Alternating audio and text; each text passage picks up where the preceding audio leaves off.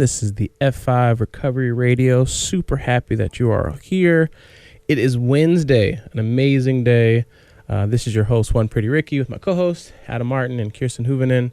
The Recovery Radio is an amazing show that we've got started here on KRFF, which is just dedicated to talk about all things recovery and all the amazing things. But before we get into today's topic, how you guys feeling? How's life? How are things?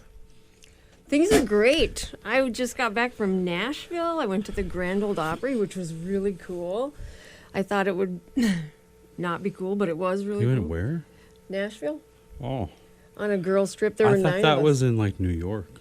I did that one, too. Oh, it's a franchise. No. I'm just really busy like that. Oh. They call it the Opry? The Grand Ole Opry in Nashville? Oh. Why don't they just... Is it an opera? No, it's country music. It's a radio station. Oh, an old one. It's like okay. Country Hall Yeah. of Fame. Not a lot of that where I come from. Yeah, I suppose. Yeah. Yeah, it's pretty great. Oh. Anyway, what'd you guys do? This weekend? Mm-hmm. Nothing, really. I just chilled at home. Oh.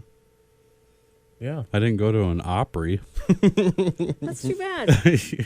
It was really fabulous. Yeah, it was kind of a... So it's like a country music, or it's a country musical? Yeah. And like all these, Yeah. like the Bellamy brothers were there, and Gary the Mule Like Deer. Bill or Bellamy? Gary Mule Deer. Yeah. I don't know how many viewers would know who Bill Bellamy is, but I do. MTV, Mhm. yeah. Oh. It wasn't Yo MTV Raps. Uh-huh. It was. Yeah. Do you remember that? Yeah. That's how I spent the 90s. Is self-pity and watching Nirvana videos. Yes. Yes. All right, now you're speaking my language. Yeah. Okay, self-pity and Nirvana. Yeah. Yeah, I just went and tried this one thing this weekend. So like, Yeah, that's cool. yeah. It was Did you guys cool. drive? No, we flew. Oh, okay. Oh. That's fun. Yeah. But I met a guy actually named Adam on the flight, and oddly enough, my mom was sitting by him, and he was across the aisle from me. And my mom was sitting by him, and I think she gets a little nervous when she flies, and then she talks a lot.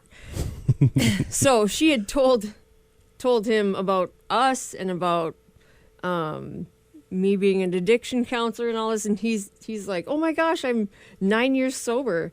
So and he's from Minneapolis, so hopefully I can get to his meeting on Saturdays if we ever go there.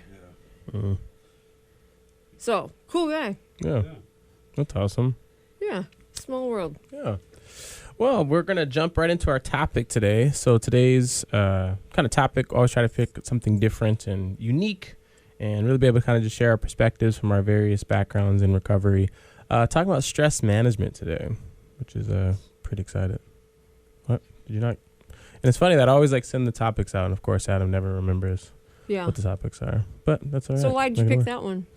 I think I just wanted to like have like March be like management March, and so like Oh yeah, stress clever. management, time management. I think what is it? Stress management, anger management, managing cravings, time management, and then like one other one. So just different things. What's with so all like, this management stuff, man? it's management March. That's why we I have just Ricky made it up. Yeah. to manage stuff. How do you manage your life, Adam? Ricky? Yeah. Yeah, I'll just be there. Yep. Just show up. That's Stress fine. management. Yeah.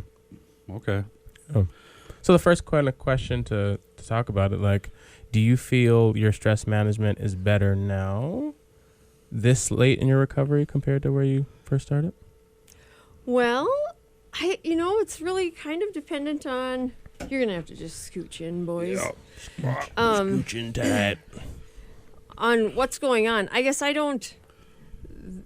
Over the years, I have started to think of stress differently. Like it's not.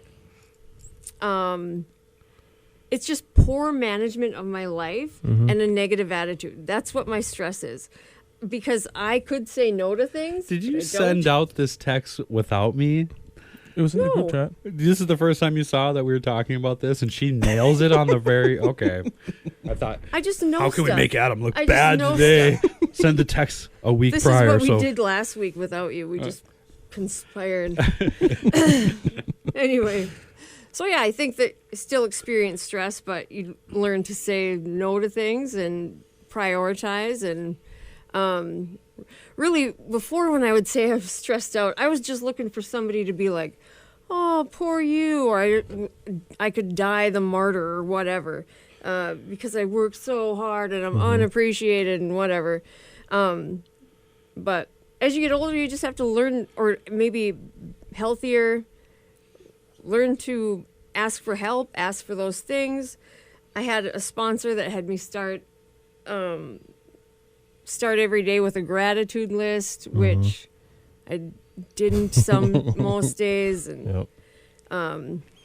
or I put too much pressure on myself. Like, I'm gonna work out every day for an hour a day, and then I do it for 2 days, and then I skip a day, and so then I'm done. Right. But so that's why I'm not a runner. yeah. Well, I mean, for me, there's many other reasons I don't run.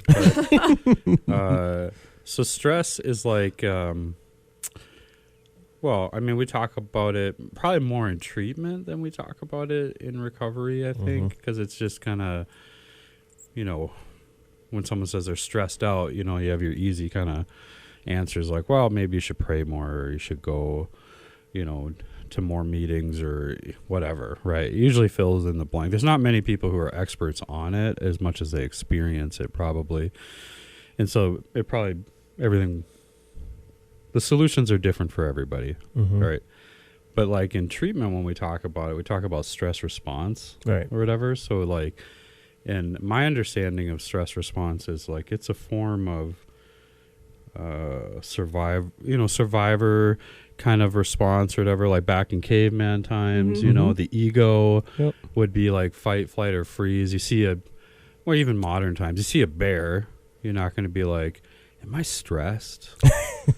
Or you just kind of respond, right? You get a little adrenaline shot and you just make it, a quick decision without even thinking about it. And so the problem with that is that we don't have to run from a lot of bears, right? There's not a lot of dinosaurs. Does make you wonder what you do, though. Yeah, there's not even really, you could make the argument, there's not even really an argument for the necessity of an ego anymore, because the ego was meant for survival.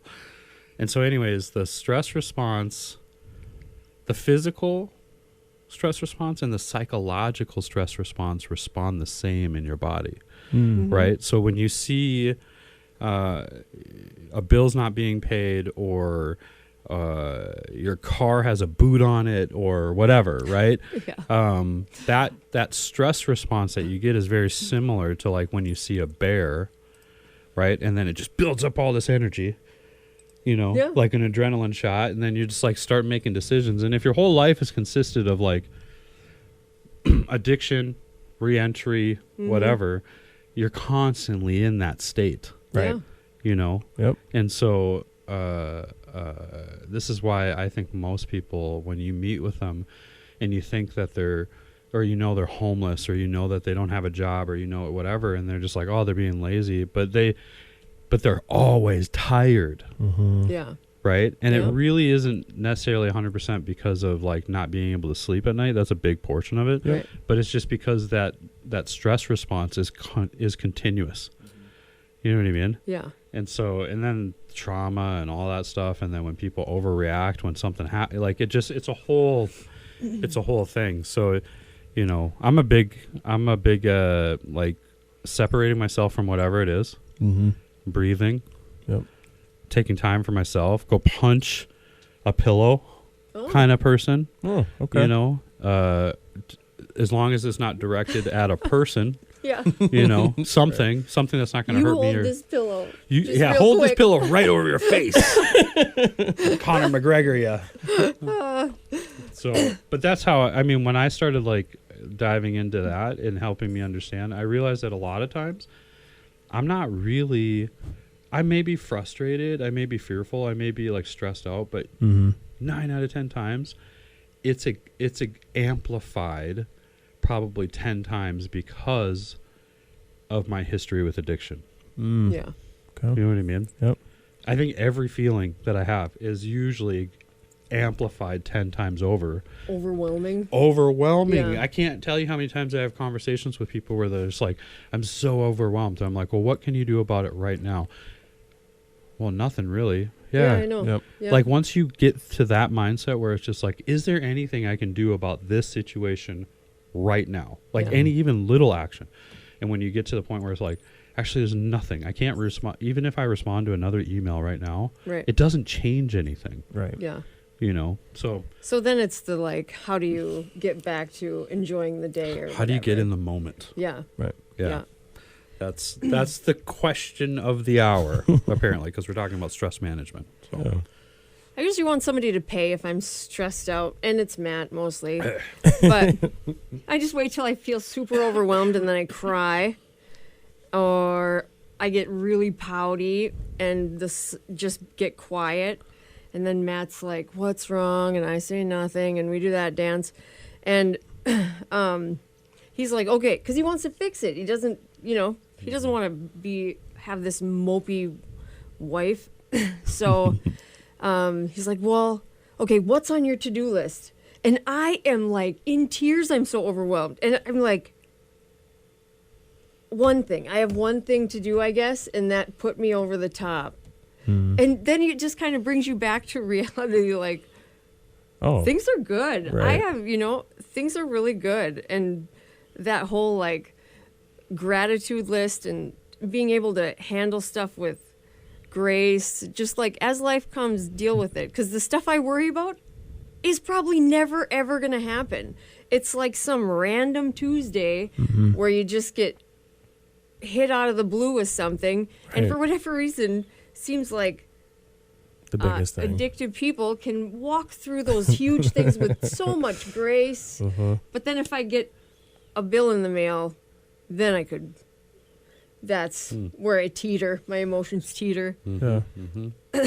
But and there's also like you were saying in treatment, it's called post-acute withdrawal syndrome, and I brought some info. Oh, did you?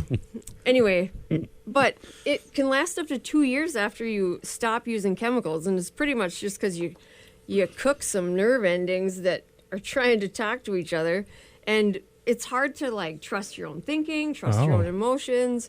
You have some sleep problems. You overreact to things, or you're completely numb, or you know what I mean. It's just like it makes it really hard to stay sober. And when I worked at the halfway house, they have like you have to do chores, right, to be there. You have to do a chore, and if you don't do a chore, you get a mark, and after so many marks, then you lose your privileges or whatever. Anyway, so I've seen grown men get a mark and lose their mind, like stomping around, yelling, and then they're like, "That's it, I'm leaving, I'm out of here." And I'm like, okay, hold on now. Okay, you're gonna get violated and go back to jail if you walk out right now because you forgot to clean the fridge. Just so you know. You know what I mean? But Yes, I they do. just Yeah. like there's not can't- their brain isn't healed yet to So connect that was a that. much bigger place, right? So you guys Yeah. had like little job. Like I stayed at that place for like 3 months. Okay. And I just go like do my job right away in the morning, and then I go back to my room and sleep. And you're not supposed to do that. Oh. But they're not like always watching. So it was just like I would like lay in my bed in a way to where if they walked in, I could pivot real quick and like lean up, and then I'd be like, "Hey, just hanging out here, staring at the wall, for That's a hours." real relaxing nap. Yeah. And so anyway, like even with our houses, or it all drama centers around the dishes. Yep. It is Oh the my. dishes. The most times, I mean, yeah, they'll get some reminders, clean up the house, but we don't have like jobs, Right. Right? They're not dedicated. We've contemplated it, but we're kind of like the house that happens after the halfway house a lot of times for most people. Like they went to prison, they went to, transitional center. They might even try a different place, and then they're coming to us. Now we're getting people coming on parole, But most of the house will like stay clean for the most part because everybody has their own room, so they're pretty good about keeping it. Contained. I mean, vacuuming and mopping. I mean, they're guys. It's not going to happen on. It's like, really going to be one guy who's super clean that comes in, and everybody just makes arrangements to make Yeah. sure he can do his thing. Can do it. Right. Yep. And so I'm fine with that as long as the house Yeah. stays clean. If you want to, I mean, I don't like the office or, I don't remove the snow in the parking lot. I pay someone to do it, right? I coordinate that. Well, Adam, that's business. No, that's maintenance, right? And if it's getting done, then it's getting done. So if they want to work out if you do it tonight or I do it next week or what, I don't care how they do it. Right. Like you work as a unit, Yeah. And so the dishes, though, the dishes, like I can't tell you how many times, how much toxicity not doing the dishes creates in an environment, right? And I don't know. I mean, I know that Chrissy's watching right now, so it's just like I'm not the best at it either, and I get it. That's why I usually try to like navigate it through it. But I'll tell you, whenever I go in there and I see that they make a big deal about the dishes, I usually go home and do the dishes. So anyways, That's funny. it creates just this layer of toxicity and expectations, and there's no communication, and then it's usually one guy that's doing most of it, and then the rest of them do it, and then it just piles up, and then as soon as you walk into the house and you see it, you immediately get pissed off and you get stressed, right? Nobody in this house does anything, and it just turns into just morbid, Very black and white, right? yeah. And then it usually follows up with one of the guys going to jail, Yes. right? And then I'll go to the jail meeting and I'll see him and I'll be like, "Oh, hey, Bob, what happened?" He was like, "I got revocated on probation, or I caught a charge or whatever." I was like, I'd back it up a little bit. He was like, "What do you mean?" I was like, "I'd say because he didn't do the dishes." Because that's where it starts. Right. Right? Rarely, I mean, it happens. Somebody just wakes up and I'm like, "I'm going to do methamphetamines." Like it does that. Right. But it usually is, like if you're in recovery, it's little pieces of poop in the cake Yeah. that happen. Yep. And Yeah. so I love That's that the you stuff brought that up. gets you. Stress response is just doing what's in front of you. Right. Yeah. Just get it done. Dustin L gave a great talk one time about how he got to the point where he was living with roommates that were sober, not clean, not doing the dishes, not whatever, right? But he wasn't focused on that. He was just focused on how he was doing everything, right? Yeah. And then he got up for work one day and he was tying his shoes and he busted his shoelace and lost Snapped. it. Yeah. Oh no. Like was on his way. Yep. And he just kept saying, like, how can a shoelace do this to me? Because you just get so zeroed in on the thing that's right in front of you Yeah. Right. that he honestly believed that like he was about to do something bad because he broke his shoelace. Right. But it was like the other end. He was doing everything and was just really toxic towards the people who weren't doing anything. Yeah. Right. It's kind of the cop, Just starts keeping felon score. mentality. Yeah, keeping score. Yeah. So Like, both sides, Right. even if you're doing all the things that in front of you or you're doing none of them or whatever, they both have toxicity associated with them. Yeah, for sure. Yeah. Yeah. And I know. And it's just in how you approach it, right? Because I can walk in and see all these dirty dishes and be like, okay, I want them done, so I'm going to do them. Right. Or I could walk in and be like, you idiots, don't do anything. Yeah. Like, literally, how hard is it to put the dish from here right next to it into the dishwasher? Blah, blah, blah. Right. But then I picked my day, right? And then now everybody's kind of edgy because mom's crabby. And it just, like, puts a funk in all of it. And before being in recovery, I couldn't see how I was the problem. I couldn't see that, like, I am creating my own nightmare. And, I tell my kids a lot, like, life's not fair. So you're just going to have to, like, deal with whatever comes. And they say, Mom, life's not fair. Sometimes you just have to do more dishes. I was like, okay, that's kind of true. Yep. Life's not fair. Do more dishes. Put on a shirt. Yeah. But I think that's one of the things, like, that as you're talking about it, like, when I first got into recovery, my first 90 days, 120 days, whatever it was in the beginning, I was really good at managing stress because I felt like I constantly had all the reminders of like the things that I was doing wrong, the things that I was causing the stress. Like, so I didn't have to worry about like flipping out because of my shoelace, for example, using Dustin's example. Like wouldn't flip out about my shoelace breaking because I knew the 3 or 4 or 5 things that happened up until that point that were my responsibility and that like caused my own stress. But now 5 years later, I somehow miraculously forget all of the things that I did up until this point that got me so frustrated or so angry or whatever. And it's weird because it's like you would think that the more time under your belt, or if you will, or whatever, that you would be better at managing life, right? Or, and it's like, how is this worse? How am I worse? How am I more stressed? How am I not managing my stress better now that I've been clean for as long as I have compared to when I first started? And because you have a different life now. Yeah. And you've never done this before. Mm-hmm. And it's so different. And I do tell my kids that too. I do not know what I'm doing. I have never done this before. And then I'll say, Sawyer, what should I do? I don't know what to do with you.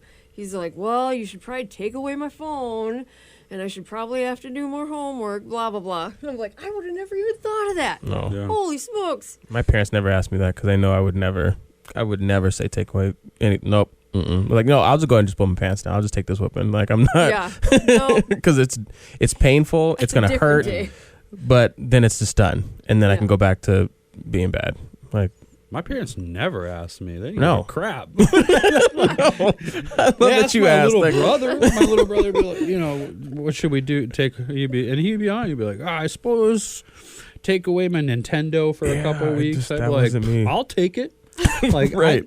I was just a different beast of a kid. I remember one time I knew that my dad was going to come home and pull his belt off and whip my butt. And I was like, I got to do something about this, because I just get these when I was a kid, and hopefully there's some parents out there, because I was like super ADHD and impulsive. Like I just could not, I was just like a Lamborghini on a dirt road. I just couldn't.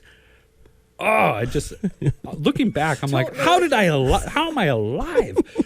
But I saw my brother, and he was holding a teddy bear, just a very precious moment for him. And I'm like, how can I screw this up? And I'm like, I went into the bathroom and I found the clippers, and I shaved his bear down. And then he was like starting to cry. I was like, you should look like your bear. And so I shaved his head, and I was like, this is awesome. And then it kind of sat in, and I was like, oh, crap, I'm in trouble. I'm going to be in trouble. My dad is going to be so mad when he gets home. Because they didn't know what to do. Like, I'm not saying you should spank your kids or anything like that.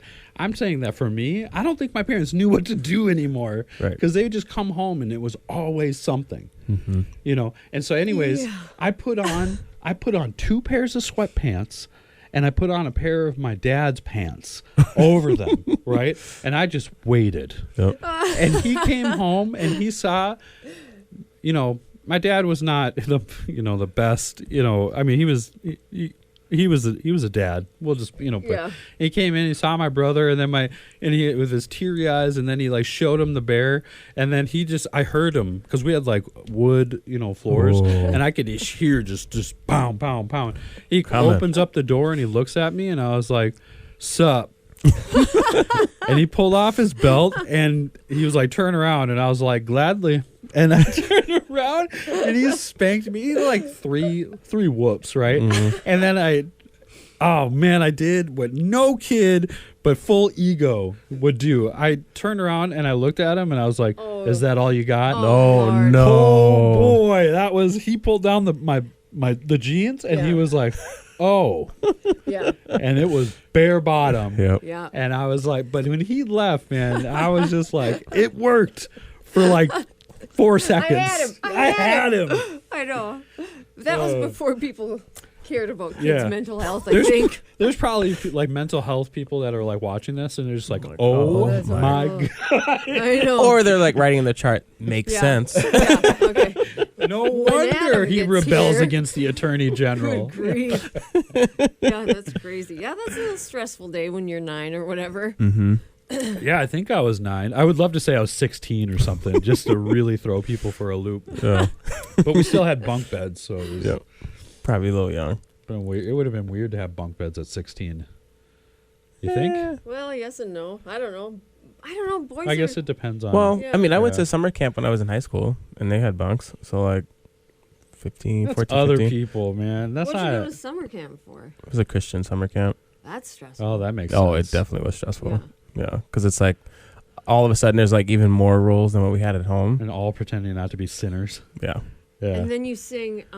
What's the one you sing at the fire? Kumbaya. Kumbaya. No, it was that it. Kumbaya. I thought it was more my lord. exciting. And then it's like the one like the one guy camp that counselor who can play the guitar, Mm-hmm. but not really good, but just good enough. Yeah. I'm telling you, my experience with Christian like kid camps Mhm. is the counselors are more screwed up than the kids are.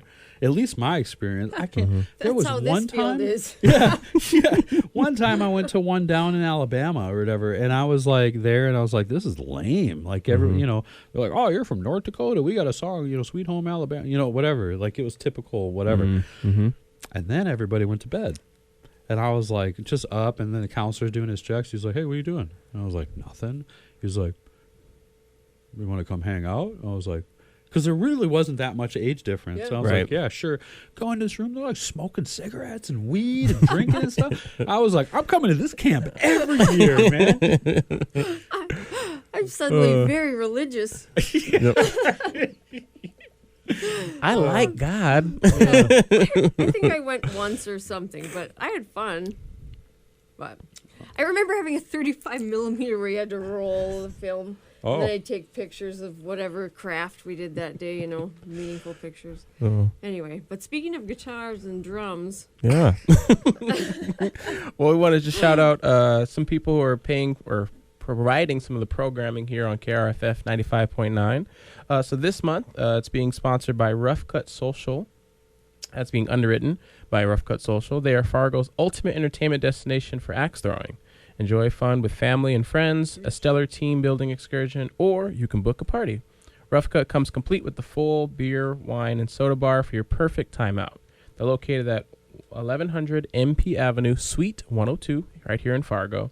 Check out roughcutsocial.com for more info. That might be something That's fun we should awesome. do. Yeah, I had a guitar when I was a kid. Yeah. I don't remember the name of it. My dad pawned it. Oh, no. I had it probably for like a after couple the bear weeks. shaving. Probably. Yeah. Yeah. He was like, you know what? I could have been, I'm a big like butterfly effect kind of guy, right? Like Yeah, where, yep. like when you never know, like when you meet someone, Yeah. until 10 years later, you're like, holy cow, what if I wouldn't have went to Yeah, that coffee I shop know. or something like that? Where would my life be? So sometimes I wonder if my dad wouldn't have sold the guitar, where I'd be at today. I'd probably be on Grand Old Opry. yeah, probably down in Nashville. At a drumming away. honky tonk. Yeah, I'd probably be wearing. It probably wouldn't be at the Opry. It'd probably be at some men's club, like Yeah. Yeah. yeah, wearing like those vests with no undershirts and Yeah. Yep. big old belly. Leather everything. Yeah, my body still would have ended up the same. Well, That would have changed. genetics are genetics. Yep. No. Yeah. Anyway, I brought this picture. I'll explain it because when you said it's stress management, when my boys were little, I put them in timeout, and they're very different. And they had gotten in trouble for the same thing. And one of my sons is bawling his eyes out, Oh. and the other one thinks this is the best day Yeah. ever. And it was just like, that is exactly how you handle stress. Yeah. I'll show you. It's very cute. Very two For different radio reactions. Yeah. listeners, one is like bent over, bawling, and the other one's laughing. Yeah. Yep. I keep that on my fridge just as like a be grateful Mm-hmm. because worse things have happened and I've dealt better with them. So this will be okay. Yeah. It always works out. Which works out great for our next question. So, like, how do you manage your stress now? Like, you guys have talked about it a little bit. You mentioned pouting, crying, Yeah. Adam punching pillows. Do you guys have any other, like, effective ways that we can share with our listeners about good ways to Pouting manage? is effective. Yep. Just Yeah. creates a bigger problem, I guess. Yeah. Yeah. I've learned to ask for help. Oh my gosh, it's painful. Mm. But I have learned that I do not need to do everything, nor should I, because I don't want to be the crabby person that somebody has to be around. Like, well, you know, there's talk to people. I think even the people I've chatted with that are not in recovery handle stress much better if they have friends or have somebody to vent to, or have somebody that can laugh at them and just be like, "Are you serious? That's the worst thing you got going. You're doing pretty good." To just That's not good. be so heavy all the time. Yeah. And I think that COVID made people more separate, and which just makes you think more. Yep. And it's like this self-obsession, and you forget how to be a part of a community, and you forget how healthy that is. It's healthy to vent to my girlfriends about whatever truck Matt just bought that he didn't tell me about 3 months ago. He bought it Woman. and didn't tell me about it. I know. Let him be a man. Oh, Man's yeah, gotta he have can a do truck. it. Yeah, yeah. Well, he has a couple, and he sure can. He's a Yeah. man. Oh, yeah. Yeah. Yeah, he can absolutely. If that's what it is to make him happy, and it's not like he's You? not slamming dope or whatever, True. then awesome. That's pretty extreme. Yeah, I was gonna say. I was like, I wish you were the thing that makes him happy. Not slamming dope. Yeah. Huh. Men Yeah, are, I guess that men are was pretty a- simple. It doesn't wide take range. much. It does not take much for a guy to just enjoy the moment. Yeah. I mean, for me, last night I was playing the new Hogwarts game on Xbox. Ooh. Like I found some enjoyment in Hogwarts that Legacy. until I Okay. started getting mad because I couldn't accomplish something on the game. Oh, Or just honestly, I think for me on stress response, like I think one of the most undervalued or misunderstood attribute of others is trust, right? So like having a trustworthy person that not just a closed mouth person, but someone who's like, when I talk to them, I just like, what did we used to say? Their voice is louder than my head. Yeah. Right? Because my head okay. just gets so fast, and I just start thinking about all the scenarios. Like, in the end of Avengers Endgame, when Doctor Strange is doing all the, the scenarios that Scenarios could are coming possibly through. happen, and then he looks at Tony Stark, and he's like, there's one good outcome. Right. But it's going to come with great sacrifice, whatever, right? That moment when he's looking at all the millions of different scenarios, when he's like going, that's my head. Right. Playing out every possible scenario. And I think in some situations like business or when you're solution or fact finding or something like that, it's helpful. But when it's like irrelevant, Yeah. emotional or whatever, it's not helpful. And so having someone that you can just sit down with who's like knows what you're doing, Yep. right, knows everything about you, and just run and get current with them. I'm like, this is where my head's at. It happened the other day at the reentry group that we run on Monday nights. One of the guys said that when Della walked in the door, he walked up to her and he just started sharing the thoughts he was having with her. Why? Because, in trust, there's consistency, right? She continuously meets with him and has built, that she's always going to be there. Yeah. She's committed. She's compassionate. She's like, there's a bunch of reasons that he felt comfortable enough to go to her and share those thoughts with her. And then when he was done, he shared it in the group. Yeah. And so he I think took that action, though. He didn't he wait did. for He somebody took to be that like, action. what's wrong with you? But I asked him, I was like, would you have been able to do that if you had just met Della tonight? No. Yep. So there is other people's,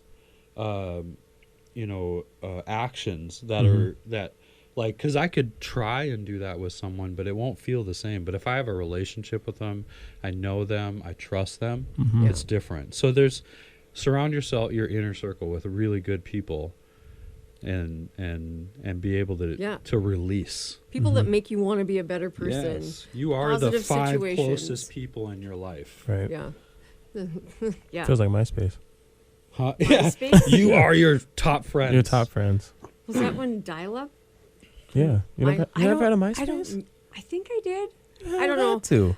When I turned 24, Matt got me a cell phone, and I was just pissed. Like, what am I going to do with this? I have a phone. Yeah. You know what I mean? And so It's over there on the wall. I know. And I have an answering machine, and Where do I take this thing? Does it call everybody? so I got to plug it in. And where even is the internet? We had a guy that moved into our house one time, and he I know exactly what you're talking about. Sometimes I even take for granted how, like, when long-term stays in prison, Yeah. right? So this guy spent about, 24 years Yeah. in prison or something like that. Got out, and I mean, they're pretty up to date. They have TVs Yep. there, like they know what's going on What's in the happening. world and stuff for the most part, unless you're in like some kind of really podunk solitary confinement, somewhere else. But Sure.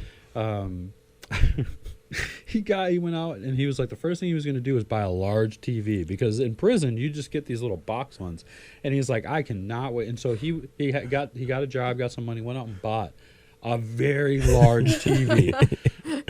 And so when he No bought furniture. it, he ran through all the specs, and this is perfect, how to put it on the wall and all that stuff, and it said Wi-Fi on it.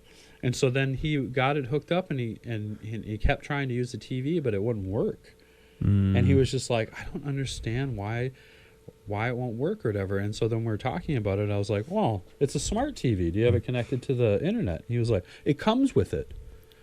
And I was like, wait, what? He was like, it comes with Wi-Fi.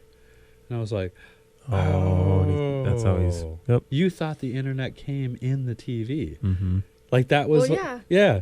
Like, Yeah, I can see where that would be. yeah, I Yeah. totally would too. Mhm. Because if you think of it, most, like when you get a phone, it comes with data, Right. right? Mhm. And so like you could make the assumption that the Wi-Fi comes with it, Right. but even in some larger cities down in Atlanta, they have a citywide Wi-Fi. Wow. So when you can connect to the Wi-Fi with your phones when you're out walking around. Mm-hmm. And I tested it out. I mean, I'm not a big fan of city controlled or government controlled internet access, because I mean, Verizon's selling them all that information anyways, so it just whatever. But it was cool because like you could get a phone and get connected to the internet like pretty simple, when you're just getting out of prison or jail or something like that, and get connected. So that's a cool concept, but Yeah. we don't obviously have that here. Right. No, don't. No. Yeah. It's hard to find free internet. Anyway, but I think that stress is all in how you define it. Like if you feel stressed right now at this moment, just call it something different. Just say, okay, what are the things I can do? Like do the serenity prayer. What can you change? What can't you change? And then just say, I'm grateful for these concerns I have, and instead of calling it stress, call it like a motivator or just like a hiccup or and if you're overwhelmed and doing too much, ask for help. Like you don't have to reinvent the wheel. It's all already been done. And just talk to people. And just saying stuff out loud, like you were saying, is just like suddenly it has no energy and it feels way better. And that's what I need girlfriends for, because they won't fix it. But Matt will want to fix it, and then my sponsor will make me fix it. So I like the girls' nights, the ride or die girls. Yeah. Yeah. But I like that perspective of like, sometimes you just need to talk it out. Sometimes it's not a fix. I think a lot of the things that I stress out about, at least I'm stressing out about now with having a baby, like doesn't matter. Yeah. I mean, it matters, but like the things that I put so much weight on. So, for example, he got a cold first week of daycare last week, got a cold on Friday. And then yesterday he started coughing. So it's been a couple of days and I panicked. I'm like, this is the first time he's ever coughed. Probably coughed before. And Chelsea was like super chill about it. But like our response to the same exact thing of me just stressing out and be like, he's going to die. She's like, he's not going to die. He could die. Okay, sure. He could die. What do you want to do? I was like, we're going to the doctor right now. She was like, it's 6:00 in the morning. So like the hospital's open. Like, let's just do this. She was like, let's just wait till 8:00. Like go to the walk-in, the Sanford Children's, whatever. So just wait till 8:00. And at 8:00, if you still feel like this, then you can go. And then she goes to work and just like is like, totally fine. And so I go to the doctor and I'm just like expecting like immediate service. And they're like, okay, sir, sit over there. I'm like, I have a 8-week-old. Like, how dare you? I'm like, again, all of these things because of this cough. Yeah. And so we get to the doctor. So the nurse like checks him out, just runs some tests. He, all that's fine. And they said that he has like 100% oxygen. I'm like, how does he have 100% oxygen when he's coughing? Just again, I'm just questioning everything. I'm not even like trusting the experts of who I'm like here to like fix him. Right. And so then the doctor comes in, checks his ears, checks everything. She's like, yeah, it's just a cold. And like, she said it so like calmly. And I'm just like, oh, she knew. Yeah. She knows the type of personality. Yeah. Yeah. And I'm like, yeah. Oh. And she was like, okay, well, this is what I want you to do. And then she just gave me some things that he probably didn't really even need, but just made me feel better because then I can do something about it. She's like, yeah, just get some saline drops. You're put a gonna couple meet your drop in his pretty quick. and then it was just like, oh, okay, cool. And so then I like called Justin. I was like, hey, yeah, he's fine. Just gotta do some saline drops. She's like, yep. Like she knew the whole time because she was like, again, yeah, but do like, what you gotta do. Yeah, so she's like, if this helps you feel better. Yeah. And then I was like, yeah. And then this thing that I was stressed out about didn't even really have a solution. It was just, just like, yeah, just let it ride out as it's going to. Went home, fed him. He ate a full bottle and went right to sleep. And I was like, okay, everything is okay. Everything's fine. You just gotta have more of them. By the last one, you're like, is 104 really a temperature we should worry about? You know what I mean? Yeah, but it was there was no solution to that. My stress was like this panic, this anxiety, all of, call it whatever you want. There wasn't a solution. My solution was I need to go and have someone else say, get some information. To say, hey, awesome. he's all okay. And Justin was like, yeah, he's gonna be okay. Yeah. And if you still feel this way, go do that. And it was cool that like I felt better as I was like driving home. Like I'm really glad that we both weren't stressed out, or we both weren't like panicky, because then I'm the fixer. So I'm like, all right, well now I have to do this even quicker because now my wife is freaking out. Yeah. And now she was like, yeah, just do your thing, do whatever you need to do to like be okay, and just trust that he's gonna be okay. And I did. And he is. Yeah, and he was just fine. He woke up today, been just doing all great. Didn't sleep all last night. That's fun. But he was just like, he didn't want to go to bed. He was just like, I want to be up. Like, I just wanted to see things. And it's like, okay, let's hang out. Let's watch TV. So you handle that good. Yeah. He's not fussy though. He just looks, the whole time. Like, he's still awake right now? No, he should be asleep now. Well, he's at daycare. We dropped him off early this morning. Oh, well, that's why he's got a cough. Yeah. Yeah. He's at daycare. Yeah. Well, everyone says. Oh, I know, but everyone says that. But it's like it's different when it's like on their hands and then they put it in other kids' they just mouths. like see things differently. It's like, I want to eat that snot. Yeah. I'm gonna lick this window. They're kind of like me when I'm drunk. Yeah. When I walk into a McDonald's play area, like I can't wait to see how you react to that, because there's just like all these kids and germs and stuff, and they're just like, oh my god, this is amazing. It's like a psych ward. I was like, I've been here before. It's called Prairie St. John's second floor. I got a free room. Yeah. Yeah, you wouldn't get a cold from licking windows. I don't think anything could survive in your system at that time. I think more kids should lick windows because yeah, I think like Let's that. start a I've group. always believed. At least my mom told me that the more like sick, like I mean within reason, you get as a kid, the more like immunity you build up for later. Yeah, that's what the nurse said. She was like, let him get sick. Yeah, let him lick windows. Yeah, drink out of the hose. Play Eat in dirt. dirt. Yeah, she was like, yep, let it happen, because this is just going to be much better for him when he gets older. She was like, the dog, like, I was like asking about allergies, all these things. Yeah, just eat peanuts, like, not honey, but like, she's like, yeah, just do all the things. Like, like your wife can do all the things. It doesn't matter. Like, they can't process in their systems. What? Oh, They're not supposed to have honey. Well, maybe. I mean, because I gave my kids honey. Oh. No, I'm kidding. I don't even know what I gave them. Whatever I'm pretty sure we have. Yeah. I think it's like honey on toast. I love honey on toast. Not supposed to have it. Something with the honey that they can't process, apparently. I'm like, whatever. She's like, yeah, just do whatever. Like, just do, like, you'll know. This nurse probably has like stock in like sugar or something. Something. Follow the money. That you'll know why people are telling you not to give honey to your kids. I'm I'm gonna get a bunch of comments like, how do you not know this? You know what I told that guy? I told him that honey you can't give to babies. Yeah. Anyway. No. My thing with kids is more like I'm a physical threat guy, right? So like like last night, one of our friends brought their baby to the relapse prevention actually, and I love babies. I think they're awesome, especially when they're like walking around and stuff. But he was like, his legs were just still like spaghetti, right? Like they're just not. And so like he kept like crawling up onto the table, and I just kept envisioning him going forward and hitting his head. God. So like I'm watching him and I'm trying to like participate in the meeting, and I keep looking down, and there was a couple times, and I'm like, I just instinctually like, oh, okay, you're good. But I know I'm like, if he does it, he's not going to do it again. It's like, but I just can't. Physical threats for me is just like the thing. I can't. One time we went canoeing, right, out on DL, right? And canoeing on a river is different than canoeing on a lake. Yes. Right? And we got all the kids in there, me and Christy, and I'm just like, I can't even have fun because I'm just threat response with it. I was like, if this thing capsizes, like if it turns over, I got 3 kids I need to like they got life vests on and stuff or whatever, but I'm just like, I just can't. Did you have a life vest on? Yeah. Because, you don't want to sink.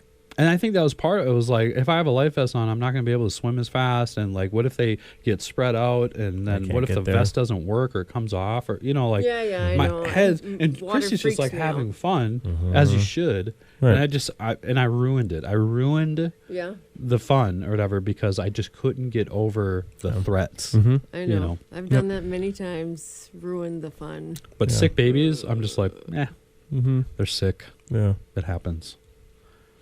So, you got a commercial you need to read or something? Nope, already did it. Oh, we did it. Oh yeah, the guitars. Yeah, my segue. Yeah, I'm getting good at those. You got a final?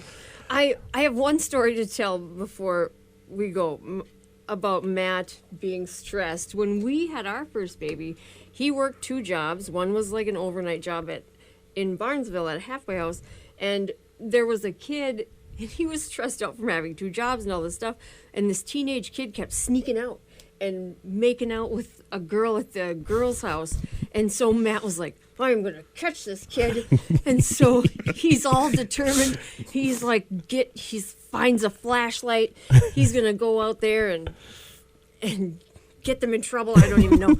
But so he's stomping around outside.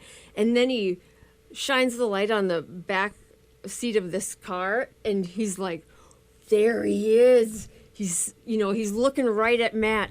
Matt's like, I just walked straight forward right at him, and he kept looking at me, and he would not break eye contact. It was super freaky. And so he gets closer and closer, and this kid's still staring at him.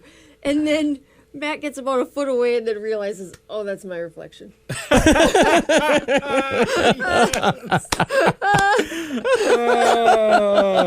was starting to get freaked out. He was like, man, this kid's an alpha. I know, Like, he's staring me down. He was thinking, he's good looking, too. This kid is ridiculously good looking. I cannot be hard on this kid. Yeah. Reminds me so much of myself. Oh my God. His imagined stress, yeah. Oh man. Yeah. Well, with our last 2 minutes, do you have anything you guys want to share before we get off the air and back to our days? Oh boy, I just appreciate everyone tuning in. If this is all about recovery and just our lived experience, and we just want to be helpful. So if you feel, that this podcast or this video feed would be helpful to someone, just go ahead and share it, and or comment names in there, and be sure to show up at F5 or Midwest Mental Health or the Ridge if you need addiction or mental health support. So, yeah. Have a good Wednesday. Take care of each other. Take care, guys. Absolutely. And tune in next week. This will be March 22nd. We're going to be talking about time management. This is the F5 Recovery Radio here on KRFF 95.9 LPFM. This is your host, One Pretty Ricky, co-host Kirsten Hoovenen, Adam Martin. Thank you so much for being here. Appreciate you.